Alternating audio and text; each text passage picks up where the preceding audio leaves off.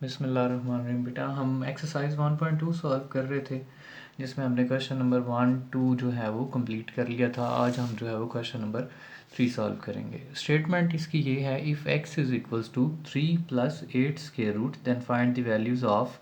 आगे इसके 6 part given है तो देन 1 बाय 1 जो है वो हम इसको फाइंड आउट करते हैं। पहले मैं चलें x की वैल्यू लिख लेता हूँ जी। वो है x is equals to 3 + 8 square root. देखें पहला पार्ट इसका गिवन है जी, आप फाइंड करें x + 1/x, ये फाइंड करना है। अच्छा जी, देखें सबसे पहले हमारे पास जो है वो हम देखेंगे कि x की वैल्यू गिवन है, देन हमने फाइंड करना है x + 1/x, तो इसलिए हम पहले 1/x की वैल्यू निकाल लेंगे। तो सोल्यूशन में हम लिखेंगे कि हमारे पास गिवन है x is equals to 3 + 8 square root, then हमने फाइंड करना है 1/x। अगर हम लेफ़्ट साइड पे 1/, करेंगे तो राइट साइड पे भी 1/, लिखेंगे तो यहाँ आ जाएगा जी 1/3 + 8 स्क्वायर रूट। अच्छा देखिए, मुझे मैंने आपको बताया था कि डिवाइड में स्क्वायर रूट अगर आ जाए तो फिर हम इस वैल्यू को रैशनलाइज़ करते हैं। रैशनलाइज करने के तरीके जो हैं वो हम पढ़ चुके हैं। अब उसमें ये है कि अगर डिवाइड में वैल्यू आ जाती है स्क्वायर रूट वाली, तो आप क्या करेंगे, यहाँ पे अल्टरनेट साइन लगा के यानी कॉन्जुगेट जो है उससे मल्टीप्लाई और डिवाइड करेंगे वैल्यू को। देखें मल्टीप्लाई डिवाइड करने का कॉन्जुगेट से मतलब ये है कि अगर स्क्वायर रूट वाली रकम के साथ प्लस का साइन है तो यहाँ पे माइनस लगाएं, और अगर माइनस का साइन है तो यहाँ पे प्लस लगा लें, अगर ये जो है वो रियल और स्क्वायर रूट वाली जो टर्म है वो आती है दोनों।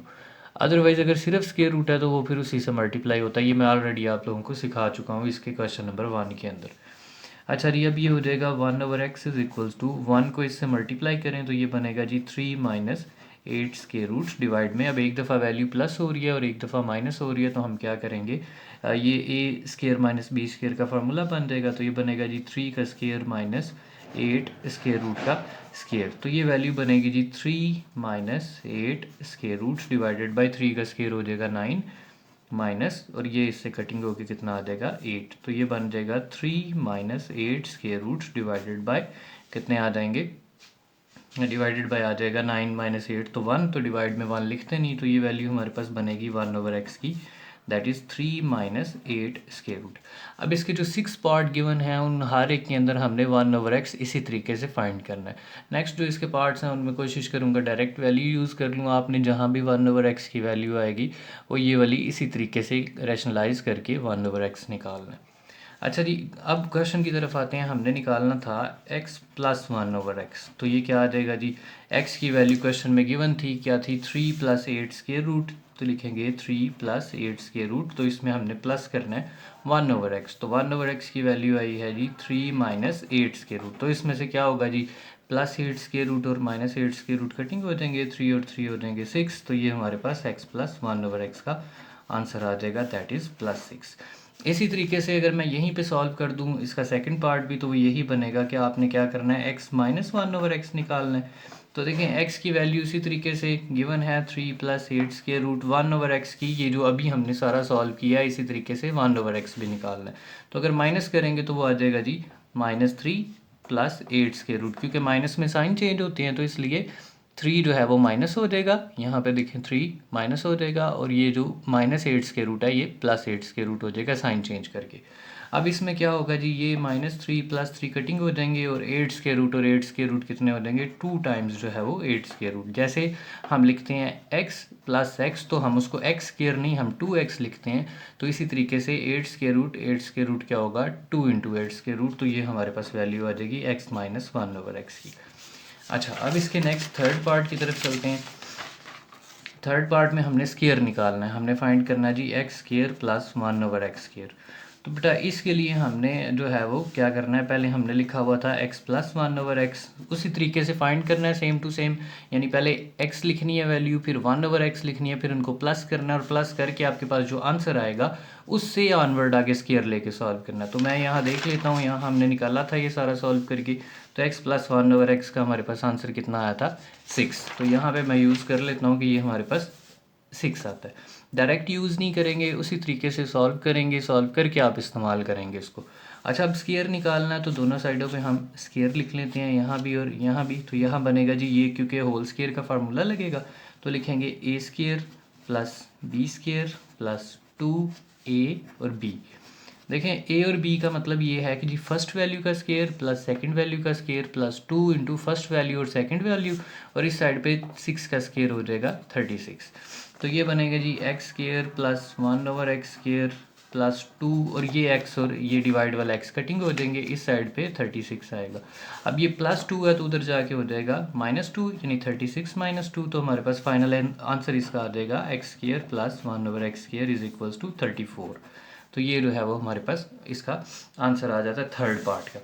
अब अगर इसी को मैं माइनस के लिए लिखूँ या इसी का अगर मैं चलें, इसका पार्ट नंबर 5 है, उसमें 4 पावर निकालनी है, तो यहीं पे हम इसको जो है वो सॉल्व कर लेते हैं। देखिए अगर मैं इसकी 4 पावर निकालूँ ना, यहाँ भी 4 पावर स्केयर लेंगे और यहाँ भी स्केयर लेंगे, तो यहाँ पे अगेन फार्मूला अप्लाई हो जाएगा। क्या बनेगा, ए स्केयर यानी एक्स स्केयर का स्केयर प्लस बी स्केयर यानी 1/x स्केयर का स्केयर प्लस 2 ए की जगह पे फर्स्ट वैल्यू यानी एक्स स्केयर और बी की जगह पे सेकंड वैल्यू यानी 1/x स्केयर, और इस साइड पे 34 का स्केयर। जो भी आंसर आता है कैलकुलेशन कर लेनी है आपने, यहाँ पे लिख लेना है।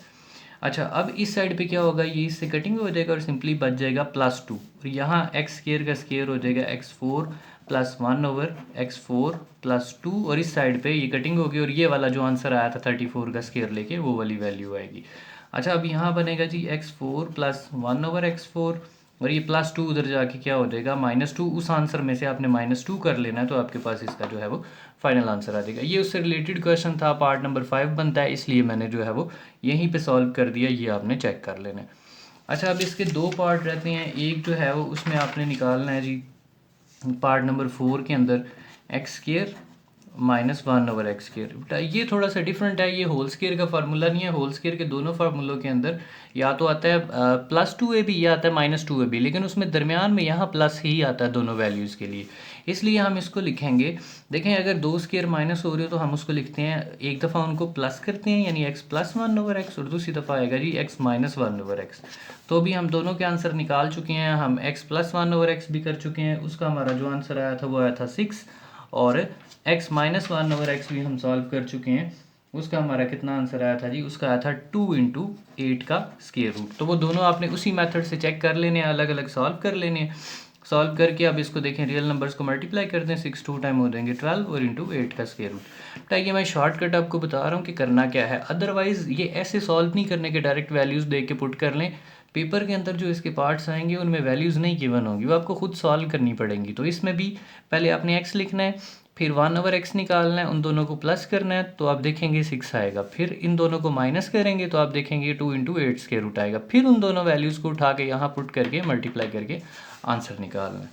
ठीक है जी। अब अगर हमने होल स्केयर का इसका माइनस का फार्मूला लिखना है, यानी आप ये फाइंड करना चाहते हैं x - 1/x, इस सारे का होल स्केयर ये फाइंड करना है। तो देखें हम यहाँ पहले देख लेते हैं कि x - 1/x का हमारा आंसर कितना आया था, वो आया था 2 × 8 स्केयर रूट। उसी तरीके से हम लिखेंगे 2 × 8 स्केयर रूट, और इसका हम स्केयर लिखेंगे। अच्छा, अब अक्सर बच्चे क्या गलती करेंगे, वो इस 2 को इस स्केयर रूट से कटिंग कर देंगे और 2 8 टाइम 16 कर लेंगे। ऐसे नहीं है, ब्रैकेट है, ब्रैकेट का मतलब है कि दोनों का स्केयर है, यानी 2 का स्केयर लिखेंगे 4 और ये कटिंग हो क्या आ जाएगा 8, तो ये कितने हो जाएंगी 32, तो ये इसका जो है वो आंसर आएगा।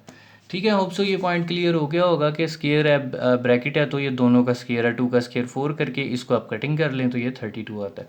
तो ये था जी क्वेश्चन नंबर 3, जो कि इसके सारे पार्ट मैंने सॉल्व कर दिए हैं। होप सो समझ आ गए होंगे, अगर नहीं आते समझ में कोई प्रॉब्लम है तो आप जो है वो कमेंट्स में नीचे पूछ सकते हैं।